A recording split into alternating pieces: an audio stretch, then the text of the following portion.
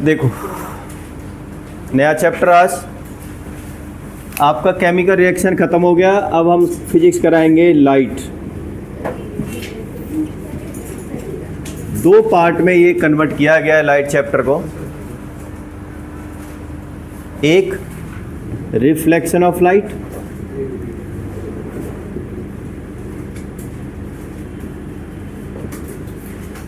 और एक refraction of light.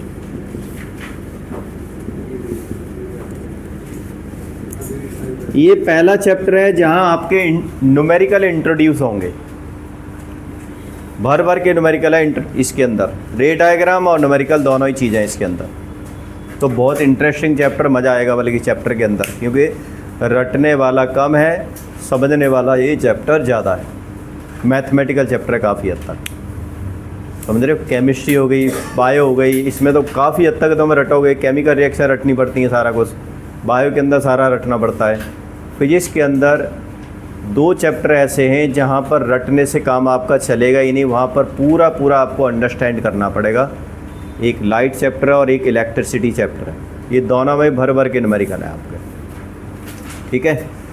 बहुत रूट लेवल तक के न्यूमेरिकल कराऊंगा मैं, जो वहाँ पर आते हैं वो भी कराएंगे, रे डायग्राम भी है, सब कुछ है, ठीक है ना।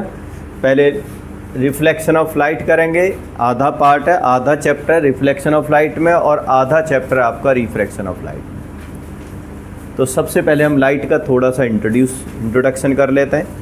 आपको पता है एक मोनोक्रोमेटिक लाइट होती है और एक वाइट लाइट जो हम मेन चीज़ देखते हैं, दोनों में फ़र्क क्या है। मोनोक्रोमेटिक लाइट, मोनो का मतलब होता है सिंगल, क्रोम का मतलब होता है colour, consist of the single colour, consist of the single wavelength which can not be separated further, वो मोनोक्रोमेट होगी, जिसकी सिंगल वेवलेंथ होती है। वेवलेंथ पता है ना क्या होता है आपको? जब हम किसी चीज़ को इस तरह से करते हैं तो वो क्या मानी जाती है, यहाँ से लेके यहाँ तक की लेंथ को क्या कहते हैं हम? वेवलेंथ कहते हैं। अब जो लाइट होगी उसकी फिक्स ये डिस्टेंस होगी, फिक्स वेवलेंथ होगी उसकी, वो मोनोक्रोमेटिक। अब तुम एग्जाम्पल में क्या समझ सकते हो, ये जो वाइट लाइट है क्या ये मोनोक्रोमेटिक है? ना। कितने कलर से बनी हुई है ये? 7 कलर से बनी हुई है।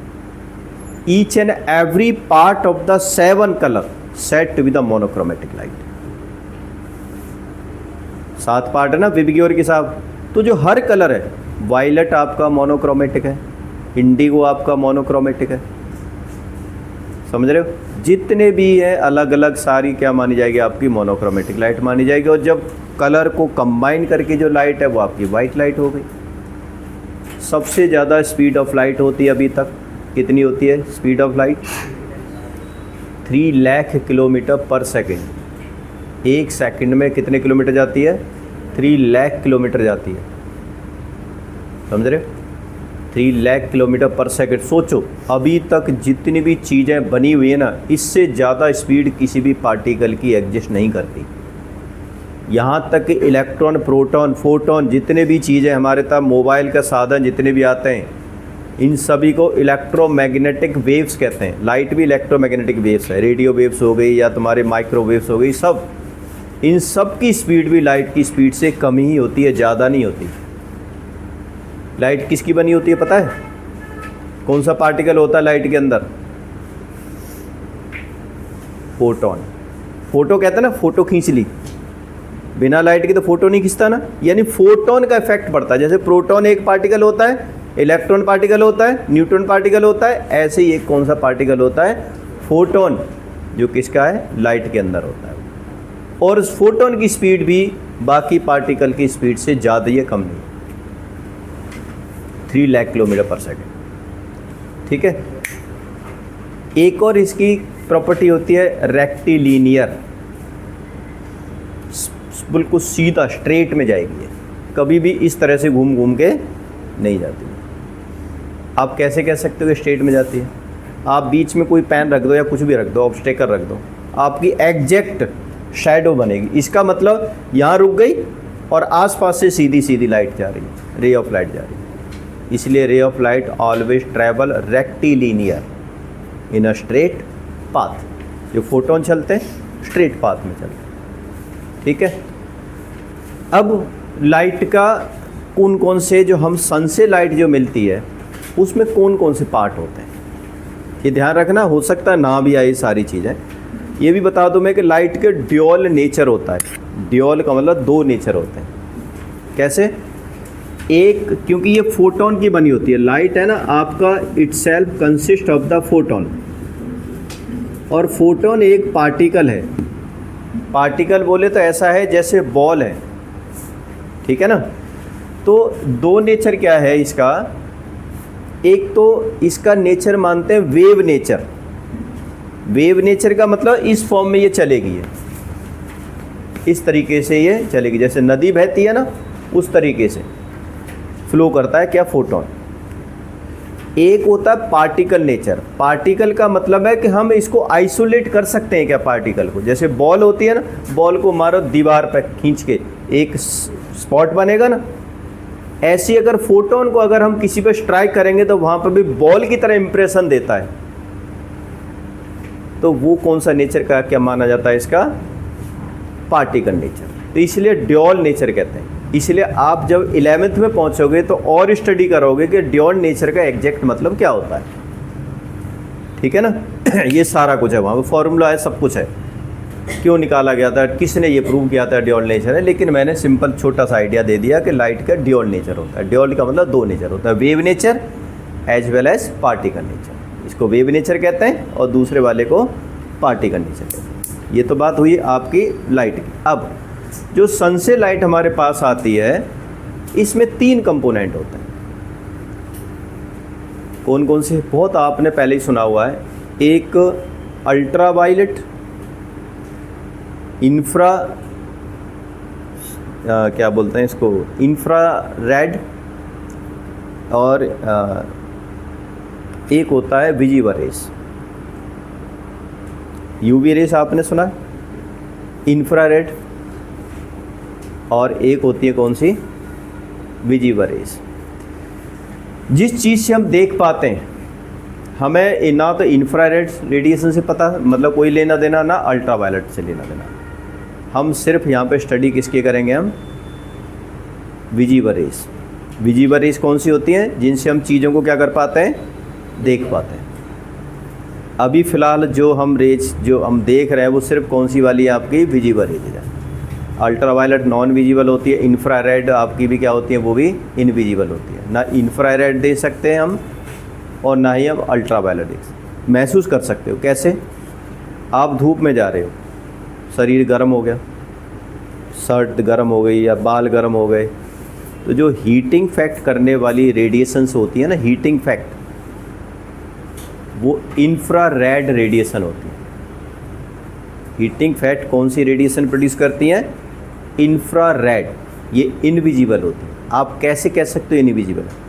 बिल्कुल अंधेरा है, मान लो एकदम अंधेरा, और एकदम गर्म चाय का प्याला रखा हुआ है टेबल पर, बिना छुए देख उसको महसूस कर सकते हो कहाँ पर है वो? बिल्कुल कर सकते हो। हमारा हाथ जैसे ही जाएगा ना उसके पास में, तो क्या महसूस होगा, गर्म सा महसूस होगा, क्योंकि उससे निकलने वाली जो रेडिएशन है ना, वो किस पे पड़ेंगे, हमारे हाथ पे पड़ेंगे। भाई आग जल रही हो इतनी सारी, दूर से ही हमें रेडिएशन पता चलता है गर्मी की, लेकिन वो दिखाई तो नहीं देती हमें।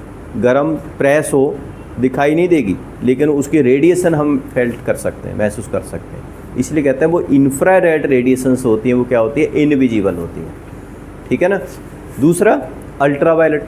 अल्ट्रावायलेट क्या होती है, बहुत ही पेनिट्रेटिंग पावर होती है, मतलब हमारे जो सेल्स हैं ना उनके अंदर तक चली जाती हैं, लेकिन ये दिखती नहीं है। एक्स रेज होता है ना, इस तरह की रेजेज हैं, इनविजिबल।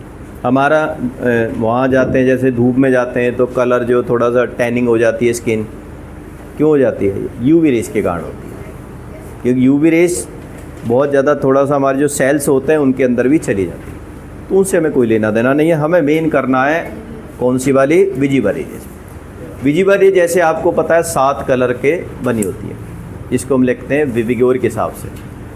अब आपने कभी महसूस किया है कि हमें जो कलर दिखता है, जैसे इनका येलो दिख रहा है, उनका ब्लू दिख रहा है, उनका रेड दिख रहा है, उनका वाइट, ये सब कलर हमें कैसे दिखते हैं? ऐसा कौन सा फिनोमेना होता है जिसके थ्रू हमें सारे कलर ये विजिबल होते हैं? और बता दूं, सारे के सारे कलर हैं जितने भी, ये सिर्फ ये विजिबल रे पार्ट ही दिखाता है हमें। कैसे दिखाता है? जब कभी भी किसी भी बॉडी पर लाइट पड़ती है ना, तो उसके 3 चीज़ें देखी जा सकती हैं। ये शायद पहले कभी पढ़ा हो तुमने। या तो वो बॉडी क्या करेगी, उस लाइट को एब्जॉर्ब कर लेगी, सारी लाइट को एब्जॉर्ब कर लेगी, कुछ भी रिफ्लेक्ट नहीं करेगी। या फिर क्या करेगी, बिल्कुल सीधी निकल जाएगी। सीधी का मतलब क्या है कि जैसे बीच में हमने ट्रांसपेरेंट ग्लास रख दिया, इधर कोई लाइट आ रही है और सीधी लाइट क्या हो गई, उधर निकल गई, ट्रांसमिट हो गई। या फिर क्या होती है, वो रिफ्लेक्ट होती है और हमारी आंखों में पहुंचती है। और जो लाइट आंखों में पहुंच रही है, कौन से वाला कलर की लाइट आंखों में पहुंच रही है, वही कलर हमें दिखाई देगा। तो we are able to see the variety of the colour due to the reflection of light that reach to our eyes from the body. किसी भी बॉडी से जो लाइट रिफ्लेक्ट होकर हमारी आंखों में पहुंच रही है, वही चीज़ हमें दिखाई देगी। जो रिफ्लेक्ट होकर नहीं पहुंच रही, वो दिखाई नहीं देगी। अब येलो कलर हो गया, रेड कलर हो गया, क्यों दिखाई देता है? मैंने कहा है ना, हर किसी बॉडी के अंदर चीज़ों को एब्जॉर्ब करने की क्या होती है, कोई एब्जॉर्ब करती है, कोई रिफ्लेक्ट करती है, कोई ट्रांसमिट करती है। तो एब्जॉर्ब का मतलब क्या है कि जैसे 7 कलर गिरे, मान लो 7 कलर इनकी टी शर्ट पर गिरे, वाइट लाइट गिरी इनके टी शर्ट पर। अब टी शर्ट का क्या रूल है, ये कहेगी कि मैक्सिमम तो एब्जॉर्ब कर लूँगी। कौन सा कलर एब्जॉर्ब नहीं कर रही? वो येलो नहीं एब्जॉर्ब कर रही। जो येलो कलर है ना, वो रिफ्लेक्ट हो रहा है। और मैंने कहा ना, किसी भी बॉडी के अंदर से जो रिफ्लेक्टेड चीज़ें होती हैं, वो हमारी आंखों में पहुंचती है, वही हमें दिखाई देता है। अब इनकी टी शर्ट से कौन सा कलर रिफ्लेक्ट हो रहा है? येलो कलर रिफ्लेक्ट हो रहा है। उनकी टी शर्ट से कौन सा हो रहा है? वाइट वाली से कौन सा हो रहा है? सारे हो रहे हैं, सारे और सारे मिलके वाइट बनते हैं, नहीं बनते? इनका कौन सा कलर है? ब्लैक कलर है। अरे तो ये आर्या का तो ब्लैक है, या इनका भी ब्लू है? ब्लैक कलर है। तो इसका मतलब ये किसी को भी रिफ्लेक्ट नहीं कर रही, ये सारी चीज़ों को क्या कर रहा है, सारे कलर को एब्जॉर्ब कर रहा है। No colour is reflecting back. तो जो कलर हमें दिखता है, वही कलर क्या हो रहा है, रिफ्लेक्ट हो रहा है। बाकी सारे कलर क्या हो रही है, वो मटेरियल एब्जॉर्ब कर रहा है। यही फिनोमेना सभी चीज़ों के अंदर क्या होता है, देखने को मिलता है, ऑब्जर्व करते हैं उस चीज़ को। ठीक है, ये तो एक सिंपल फिनोमेना था। ध्यान दो, मैंने इसलिए इंट्रोडक्शन दिया कि जब हम लाइट कर रहे हैं तो आपने ये सारी चीज़ें पहले नहीं पढ़ी थी, इसलिए आपको एक बेसिक आइडिया पता होना चाहिए कि लाइट होती क्या है। अब मेन चैप्टर अब स्टार्ट होगा आपका। हम पहले पढ़ेंगे रिफ्लेक्शन ऑफ लाइट। रिफ्लेक्शन का मतलब क्या है, आपको पता ही है सबको? Bouncing back of a light from striking a hard and opaque surface is called reflection of light. Hard and opaque क्यों बोला है मैंने? अगर वो ट्रांसपेरेंट होगा तो सीधी निकल जाएगी, फिर तो रिफ्लेक्ट ही नहीं होगा। ओपेक इसीलिए बोला है मैंने। ठीक है, bouncing back of a light from a hard and opaque surface is called reflection. 8th में मेरे ख्याल में वो भी पढ़ा होगा, डिफ्यूज रिफ्लेक्शन, स्मूथ रिफ्लेक्शन। पढ़ा है कभी? नहीं पढ़ा, कट गया था पार्ट। 7th में होगा मेरे ख्याल में। फिर तो भाई देखो क्या है, मान लो ऐसा सरफेस है, बिल्कुल स्मूथ सरफेस है, तो अगर ऐसे आ रही है लाइट, ऐसे रिफ्लेक्ट हो रही है, ऐसे आ रही है, ऐसे रिफ्लेक्ट हो रही है, ऐसे आ रही है, ऐसे रिफ्लेक्ट हो रही है। बिल्कुल सारी रे ऑफ लाइट रेगुलर रिफ्लेक्ट हो रही है ना, पैरेलल सेम। क्यों हो रही है? क्योंकि ये आपका स्मूथ सरफेस था। इसे कहते हैं हम कौन सा, रेगुलर रिफ्लेक्शन या स्मूथ रिफ्लेक्शन। लेकिन अगर यहाँ पर इस तरह से सरफेस हो आपका, तो क्या होगा आपका, लाइट ऐसे आ रही है ऐसे रिफ्लेक्ट हो जाएगी, लाइट ऐसे आ रही है ऐसे रिफ्लेक्ट हो जाएगी, लाइट ऐसे आ रही है ऐसे रिफ्लेक्ट हो जाएगी, कभी इधर जाएगी कभी इधर जाएगी कभी उधर जाएगी, मतलब चारों तरफ है। ये होता है डिफ्यूज रिफ्लेक्शन। हालांकि ये चीज़ें आएंगी नहीं, लेकिन एक सिंपल चीज़ बताइए कि जो आपने पहले जो पढ़ते हैं मेरे ख्याल 7th में है, ये पहले था पिछले साल नहीं था तो अलग है। हाँ टाइम नहीं, ये चैप्टर में था ये डिफ्यूज रिफ्लेक्शन। और ये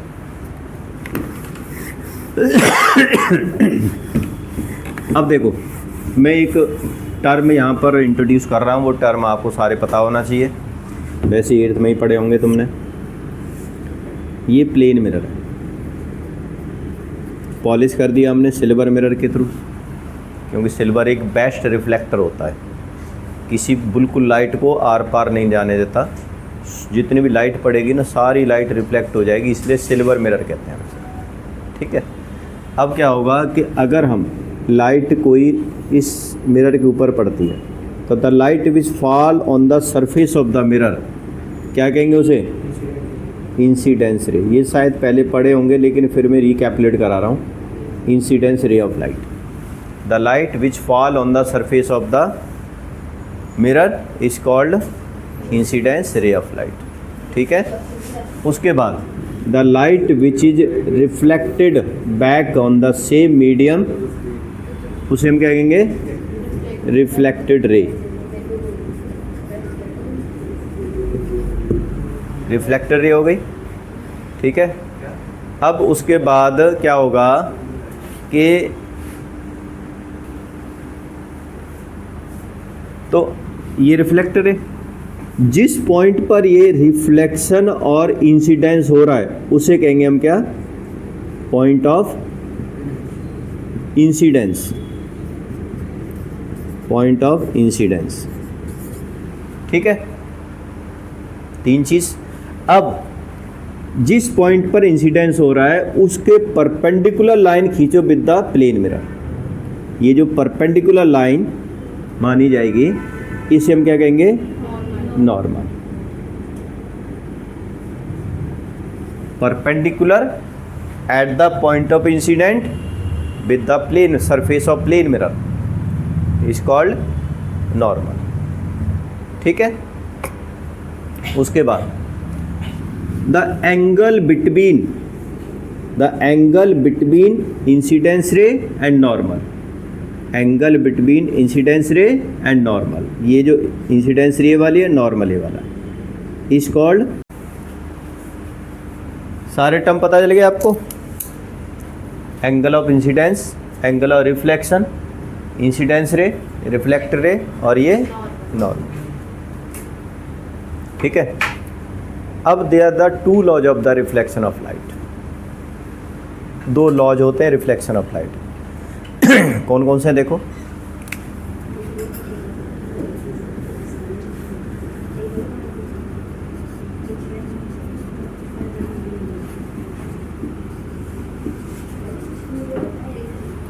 पहला law incidence ray, reflected ray and normal. Incidence ray, reflected ray and normal, all lies in the same plane, all lies in the same. मतलब क्या है सेम प्लेन का, पता है, बोलो,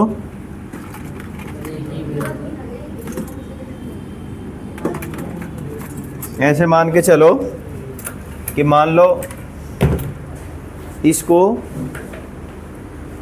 इस तरीके से पकड़ लेता हूँ, एक ऐसे और एक ऐसे, ऐसे कर दिया मैंने, ये इंसिडेंस रे,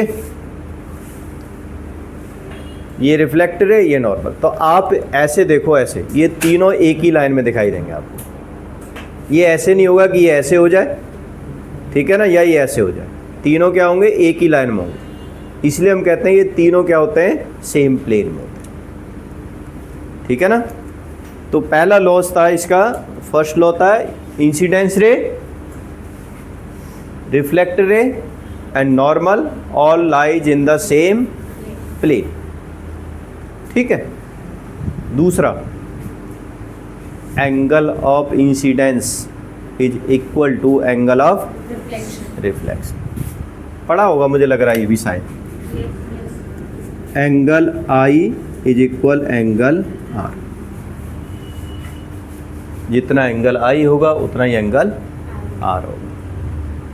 ठीक है, समझ में आ गया. एक छोटा सा क्वेश्चन लिखो.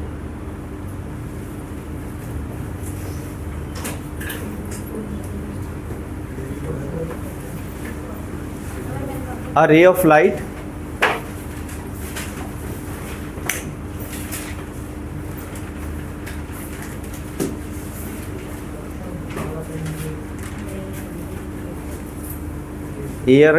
a ray of light fall on the plane mirror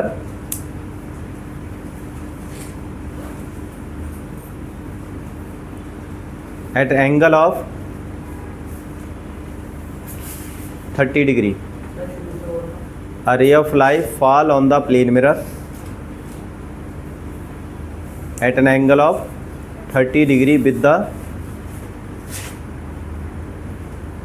surface of mirror. Find the angle of reflection. Sir, find the Angle of reflection.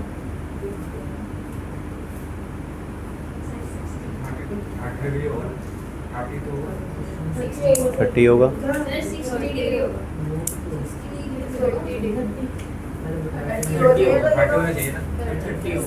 हो गया सर 61 बोल रहे हैं.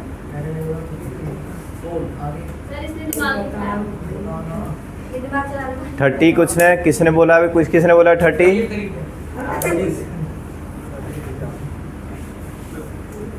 30 है. 30 है अभी.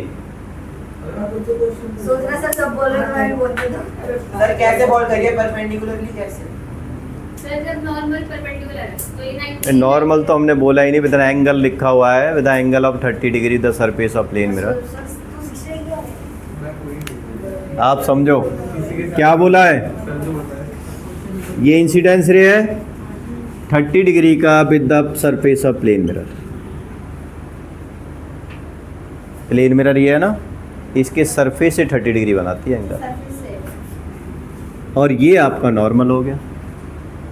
आप बताओ एंगल ऑफ इंसिडेंस कितना होगा. 45. ये 45 होगा.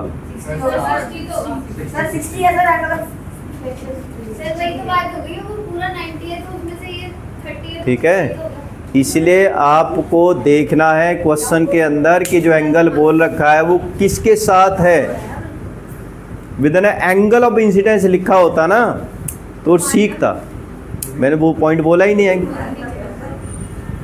कंप्लीट 180 होगा. कंप्लीट पूरा 180 होना चाहिए. तो ऑब्वियसली है, प्लेन है तो 180 होगा ना. ये नॉर्मल है, नॉर्मल का 90 डिग्री परपेंडिकुलर. ठीक है. तो ये 30 है तो ये भी कितना हो जाएगा 60 है तो ये भी कितना आ जाएगा 60 हो गया. अब एक और बताओ. लिखो क्वेश्चन. हाउ डज अ रे ऑफ लाइट रिफ्लेक्टेड बैक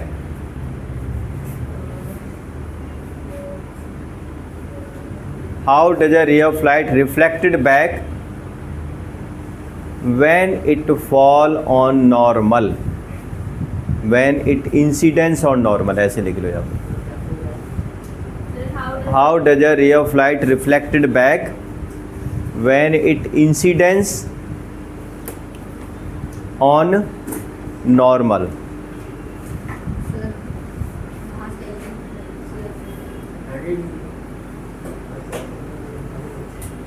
कैसे होगा.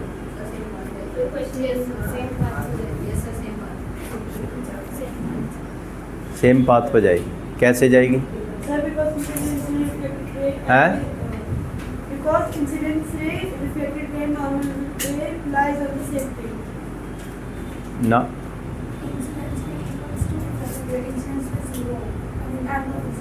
Very good.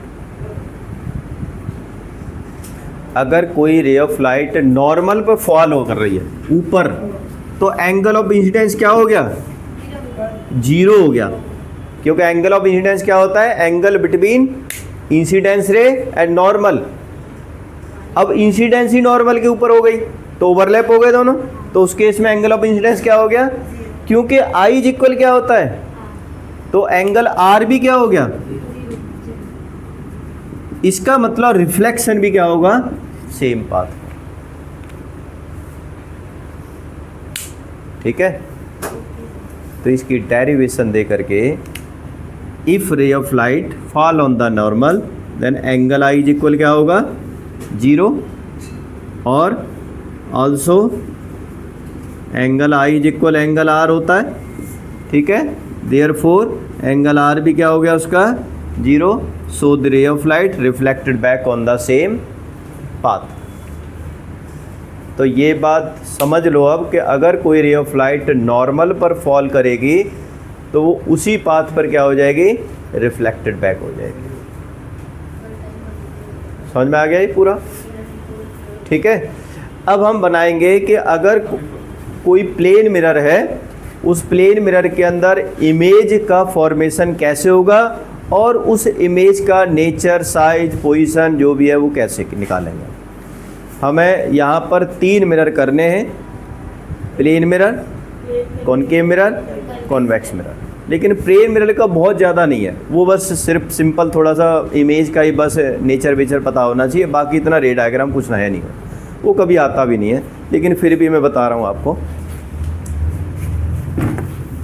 एक और बात ध्यान रखना, कभी भी किसी भी ऑब्जेक्ट की अगर हम इमेज देखना चाहते हैं तो there must be 2 ray of light must enter to our eyes. जिस पॉइंट पर 2 रे ऑफ लाइट इंटरसेक्ट करेंगे ना, वहाँ पर उस ऑब्जेक्ट की इमेज बन जाएगी। कम से कम 2 रे ऑफ लाइट। कैसे? देखो, मान लो अगर ऑब्जेक्ट यहाँ रखी है, ठीक है ना, तो अगर इसके लाइट तो चारों तरफ पड़ रही है, इधर भी हो रही है, इधर भी हो रही है, इधर भी चारों तरफ पड़ रहेगी, तो क्या होगा कि अगर मान लो ऐसे रे ऑफ लाइट आ रही है तो ऑब्वियसली ऐसे रिफ्लेक्ट हो जाएगी। जब रिफ्लेक्ट होगी तो वो ऐसे लग रहा है जैसे यहाँ से आ रही है, सीधी जा रही है। हमें कोई मतलब इसका पाथ रिफ्लेक्टेड वाला हमें विजिबल नहीं दिखाई देगा कहाँ से आ रहे हैं। कम से कम 2 रे ऑफ लाइट जिस पॉइंट पर मिलेंगी वहाँ पर इमेज बनेगी। दूसरी कैसे निकालोगे कि मान लो एक रे ऑफ लाइट ऐसे आ गई इस तरीके से, दूसरी इसी पॉइंट से, यहाँ पर नॉर्मल बना, ये अलग इंसिडेंस रे हो गई, ये इंसिडेंस हो रही है। जब ये इंसिडेंस हो रही है तो ये कैसे जाएगी? ये इस तरीके से रिफ्लेक्ट हो जाएगी, यहाँ पर नॉर्मल बनेंगे तो आई और आर के हिसाब से। जब हम इसको बैक करेंगे तो ये कहीं ना कहीं पर क्या होगी? दोनों मिल जाएंगी। जिस पॉइंट पर मिलेगी ना ये, वो पॉइंट आपका इमेज का बन जाएगा इस वाली ऑब्जेक्ट का। अगर ये ए है तो ये क्या बन जाएगा? ए डैश। और अगर यहाँ से हम देख रहे हैं इसको तो ये रे ऑफ लाइट हमारी आंखों में जाएगी, तो इसकी इमेज यहाँ पर दिखाई देगी हमें। मैं फिर कह रहा हूँ, बनाने के लिए नहीं आएगा, समझ लो बस कैसे क्या है। ठीक है ना?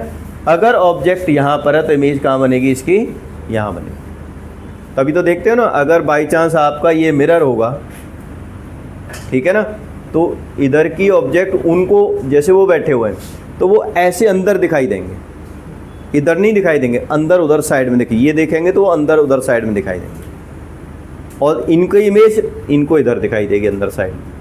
तो जैसे यहाँ से देख रहे हैं तो इसकी इमेज कहाँ दिखाई देगी? यहाँ दिखाई देगी, अगर ये आपका प्लेन मिरर है। ठीक है, अब एक तो इमेज बनाना आ गया। अब क्या होगा कि जो ये वाली डिस्टेंस होती है ना, उतनी ही डिस्टेंस नीचे वाली होती है, ये दोनों इक्वल होती है। Distance of the object is always equal to the distance of image from the plane mirror. अगर ये 5 मीटर दूर है तो ये भी क्या होगी? ठीक है। अगर आपको क्वेश्चन आ जाए ना, object is placed at 10 metre from the mirror, what is the distance between the object and image? कितनी हो जाएगी? 20 मीटर। क्योंकि अगर 10 मीटर ये वाली है तो 10 मीटर तो ऑब्जेक्ट और इमेज के बीच की डिस्टेंस क्या हो गई? 20 मीटर हो गई। समझ में आ गया? तो ध्यान दे लो भाई, इधर बातें नहीं, जितना समझ में आ गया। अब एक और बात देखो, अगर हम इसका NSP आ जाए, NSP बोले तो नेताजी सुभाष पैलेस, देखा है? Nature, size and position of image, ये तीन ही चीज़ें याद करनी है तुम्हें पूरे चैप्टर में। ये तीन ही चीज़ें रे डायग्राम में। कहाँ पहुँचना है तुम्हें? नेताजी सुभाष पैलेस पहुँचना है। Nature of the object image, size of the image and position of the image. अब नेचर दो तरह का होगा इमेज का, एक रियल और वर्चुअल। कभी देखा रियल और वर्चुअल का मतलब क्या होता है? जो रियल में देखें और जो हम विजुअली वर्चुअली देखें। हाँ, ध्यान दे लो भाई। Yes, that image which can be obtained on the screen is called, आपके सामने हो ना तुम, उसकी इमेज कहाँ छप रही है? आईज के अंदर छप रही है। ये रेटिना होता है ना, उसमें इमेज फॉर्मेशन हो रही है।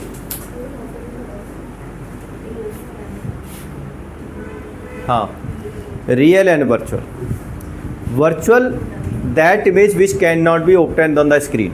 अब देखो क्या है, सिनेमा हॉल के अंदर जाते हो, इतनी बड़ी सी स्क्रीन होती है, उस पर पूरी इमेज आ जाती है। पीछे पता है क्या होता है? प्रोजेक्टर चल रहा। आपने पहले प्रोजेक्टर भी तो देखे होंगे स्कूल के अंदर, उधर एक कैमरा सा लगा होता है और उसकी सारी इमेज क्या हो जाती है? इसके ऊपर, बोर्ड के ऊपर आ जाती है। तो जो इमेज इस स्क्रीन के ऊपर आती है वो कौन सी इमेज होती है? आपकी रियल इमेज होती है, वर्चुअल नहीं, रियल। स्क्रीन पे जो इमेज लेते हैं वो कौन सी होगी? वर्चुअल। और जो स्क्रीन पे नहीं ले सकती वो कौन सी होती है? सुबह सुबह अपना चेहरा देखते हो ना, बाल को इधर उधर बिखेरने के लिए करते हो ना, क्या उस इमेज को स्क्रीन पे ले सकते हो? नहीं ले सकते। वो सिर्फ वर्चुअली दिखती है कि पीछे हमारा चेहरा दिख रहा है, वो रियल नहीं होती। उस इमेज को हम उसके ऊपर नहीं ले सकते स्क्रीन की। एक डिफरेंस तो यही वाला है कि real image can not be virtual image can not be taken on the screen. दूसरा, जब भी कोई रियल और वर्चुअल इमेज होती है ना, तो वर्चुअल इमेज ऑलवेज भी इरेक्ट। इरेक्ट का मतलब क्या है? जैसे आपका चेहरा ऊपर है तो ऊपर ही दिखाई देगा, ठीक है ना? शीशे में देखते हो ना तो हमारा एज इट इज दिखाई देता है। लेकिन रियल इमेज में हमारा जो इमेज है, हमारी जो इमेज है वो इन्वर्टेड हो जाएगी। अगर ऑब्जेक्ट ऐसे है तो इमेज ऐसी हो जाएगी। समझ रहे हो? ऑब्जेक्ट ऐसे है तो इमेज बिल्कुल इन्वर्टेड हो जाएगी। तो यहाँ पर दो डिफरेंस आपको ज़रूर याद रखने हैं। रियल इमेज ऑलवेज भी इरेक्ट और वर्चुअल इमेज क्या होगी? रियल इमेज ऑलवेज भी इन्वर्टेड और वर्चुअल इमेज ऑलवेज भी इरेक्ट। ठीक है, इसी से हम पता कर लेंगे कि रियल कौन सी है, वर्चुअल कौन सी। नेचर प्लेन मिरर है तो ऑब्वियसली क्या होगी इसकी? वर्चुअल है। तो वर्चुअल है तो क्या है वो? इरेक्ट भी, सीधी होगी। पहला ये हो गया नेचर में। साइज आपका सेम साइज बनता है, जितना आपका चेहरा है उतना ही बड़ा चेहरा आपको उस मिरर के अंदर दिखाई देगा। समझ रहे हो? तो हम क्या लिखेंगे? Same size. पोजीशन कहाँ दिखती है हमें? Virtually behind the mirror. तो पोजीशन क्या होगी? Behind the mirror.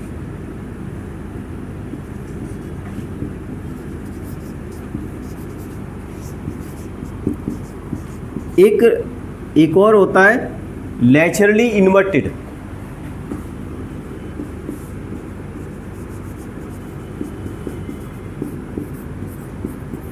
मतलब क्या है? अगर आपका जब किसी भी रे ऑफ लाइट का पाथ रिवर्स कर दिया जाए ना, सेम पाथ रिवर्स हो जाए, तो उसे कहते हैं नेचुरली इन्वर्टेड। ये इंसिडेंस थी, ये रिफ्लेक्ट होगी। अगर सेम इंसिडेंस होगा तो सेम रिफ्लेक्टेड होगी। समझ रहे हो? अगर ऐसे रे ऑफ लाइट आ रही है और ऐसे मतलब रिफ्लेक्ट हो रही है, तो अगर हम ऐसे लेके आएंगे तो इसी पाथ पर क्या होगी? वो रिफ्लेक्ट होगी, इसे कहते हैं लैचरली इन्वर्टेड। तो ये लैचरली इन्वर्टेड, अगर ऑब्जेक्ट इधर रख दोगे तो इमेज यहाँ बनेगी, और ऑब्जेक्ट इधर है तो इमेज यहाँ बनेगी। ठीक है।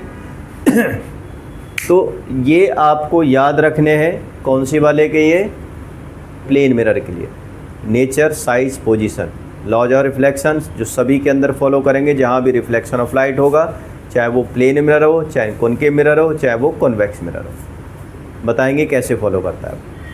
ठीक है, इतना समझ में आ गया। अब मेन जो करना है आपको वो कौन सा करना है, स्फेरिकल मिरर। ठीक है, स्फेरिकल मिरर कौन सा है, आपके दो मिरर होते हैं स्फेरिकल मिरर।